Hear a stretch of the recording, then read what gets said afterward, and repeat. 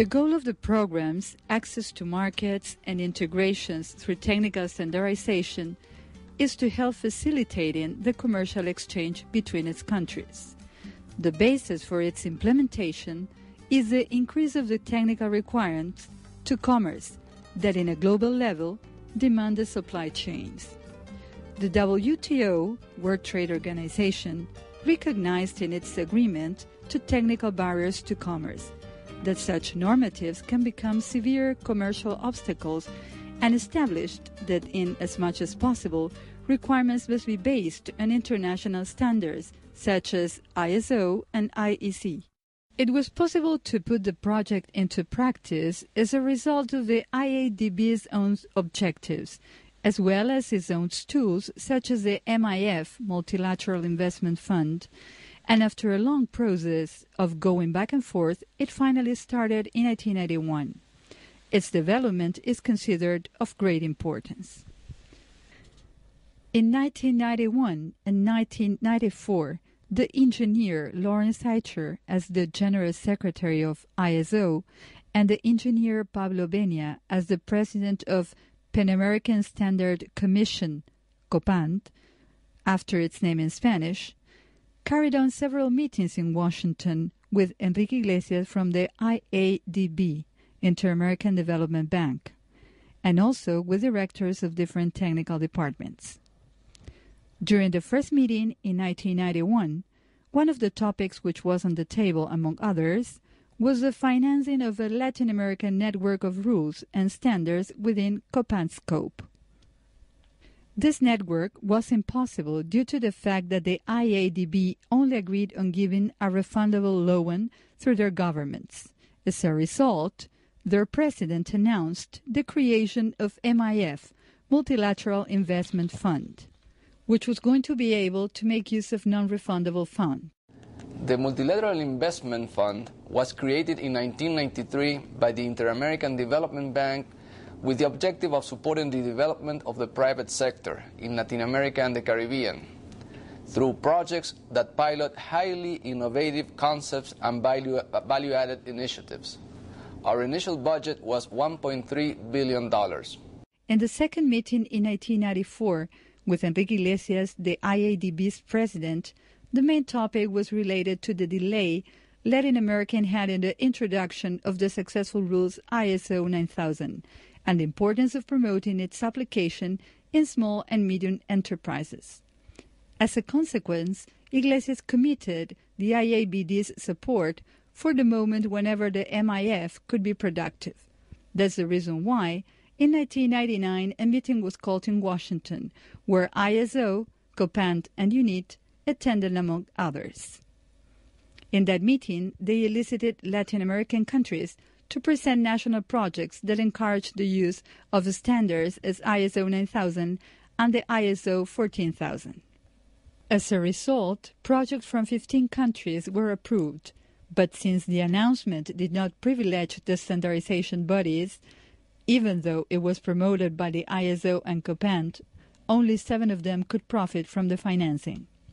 The approved projects came from CONACYT, Science and Technology National Council from El Salvador, ICONTEC, Colombian Institute of Technical Standards from Colombia, JBS, Jamaica Bureau of Standards from Jamaica, UNIT, Uruguayan Institute of Technical Standards from Uruguay, IBNORCA, Bolivian Institute of Quality and Standardization from Bolivia, Fondonoma, National Fund for Quality Standardization and Certification from Venezuela, and INDECOPI.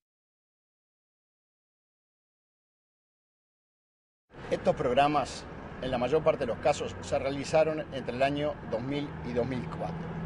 Y en el caso particular de Uruguay, más allá de la importancia relevante que tuvieron, permitió un gran acercamiento entre UNIT y el banco, lo que llevó a que los técnicos del banco tomaran pleno conocimiento de la importancia que tenía la normalización, y eso, en última instancia, posibilitó que se presentara un nuevo proyecto que, como veremos, acabó beneficiando a la mayor parte de los países latinoamericanos. en una disciplina tan específica y difícil de financiar como puede ser la normalización técnica. Some of the activities developed by the project, UNIT-IADB, improvement of small business competitiveness through ISO standards, could be considered milestones because of the echoes they had, national as well as internationally. Among these activities, the publishing of UNIT ISO 9000 standard as a book in colors is highlighted. 15,000 copies, 1 per 200 inhabitants in Uruguay, were printed. In attendance to the book's presentation were the Uruguayan president, the ISO president, several state ministers, the IADB's representative, government and business authorities, and over 1,500 people. There was a similar event for the OHSAS 18,000. In celebration of UNIT's 65th anniversary, a special edition was delivered after a conference. Certificates were also handed to over 370 graduates from more than 200 courses and about 100 lectures given in different places and environments all over the country. The General Secretary of ISO, Alan Britton, was in attendance. The IADB's support in Montevideo, especially from the bank's representative in Uruguay, Engineer Martín Stabile, the expert in charge, the economist Alfredo Chegaray, MIF in Washington, its manager, Mr. Donald Terry, and the specialist in charge, Engineer Santiago Soler, was fundamental in achieving and exceeding the expected goals. The importance of financing projects related to ISO 9000 and 14,000 was quickly understood by officers and technical bank staff, given the impact of these systems in promoting the competitiveness of small-medium enterprises in the region, which is one of our priorities.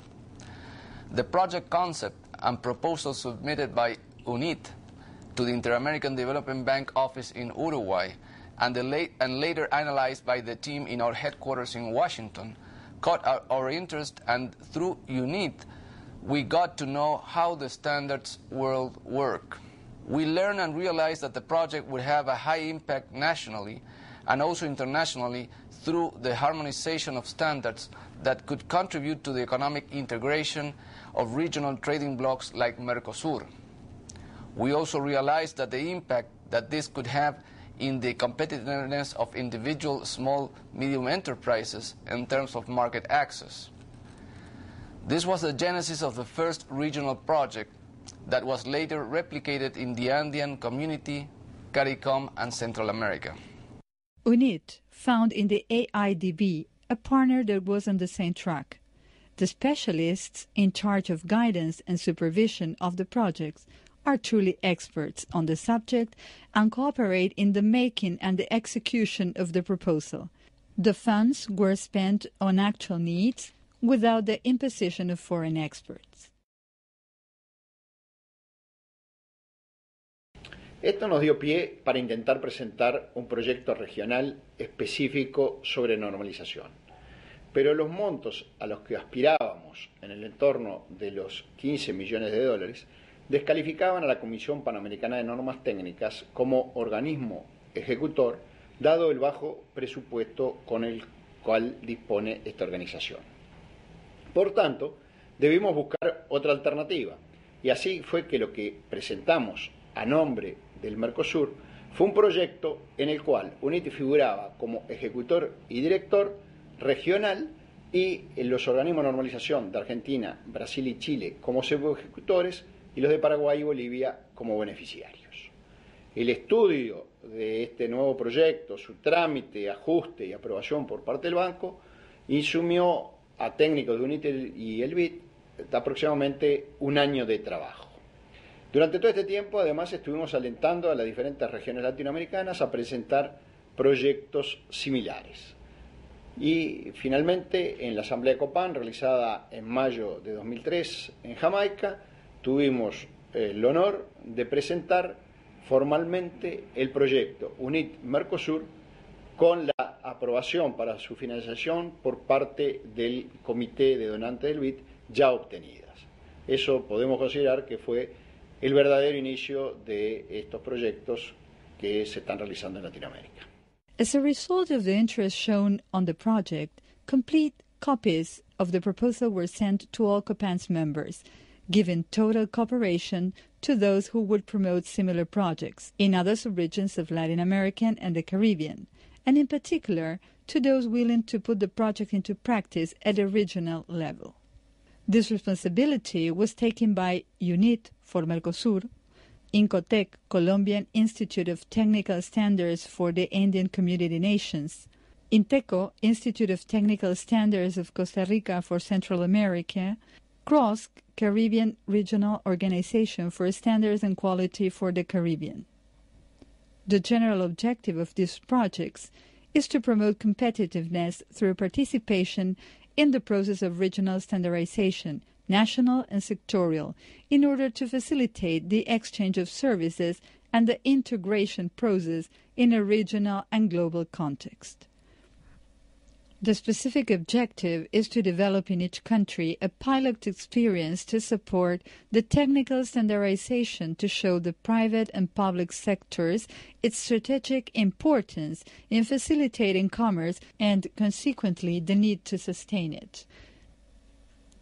It is expected that the final result of the project would be wholly implemented and working model where a continuous and increasing demand in the making of co-financed standards takes place.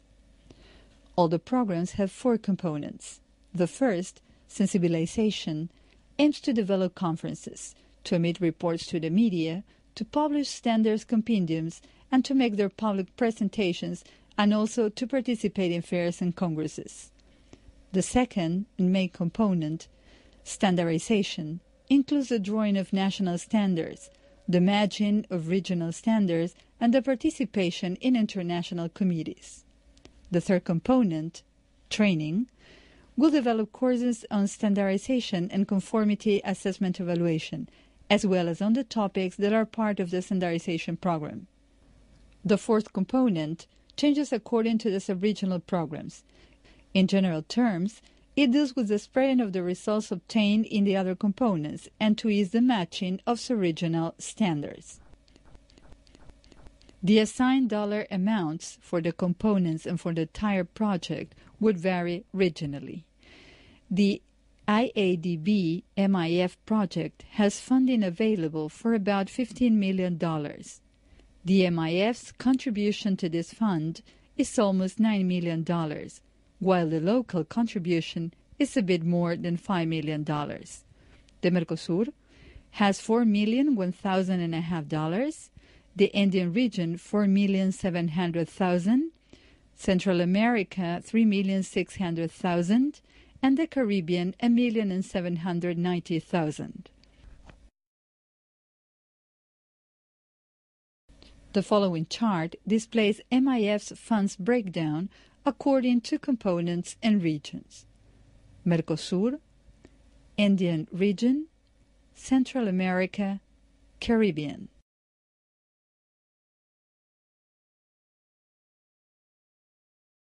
We believe that the other developing countries that are part of DEFCO can draw lessons and best practices from this Inter-American Development Bank Multilateral Investment Fund UNIT project, and the other 3 that were approved subsequently to this one.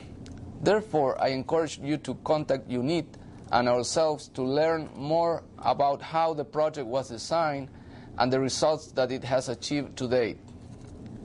Finally, I would like to apologize for not being able to assist to the conference and wish you a very productive meeting.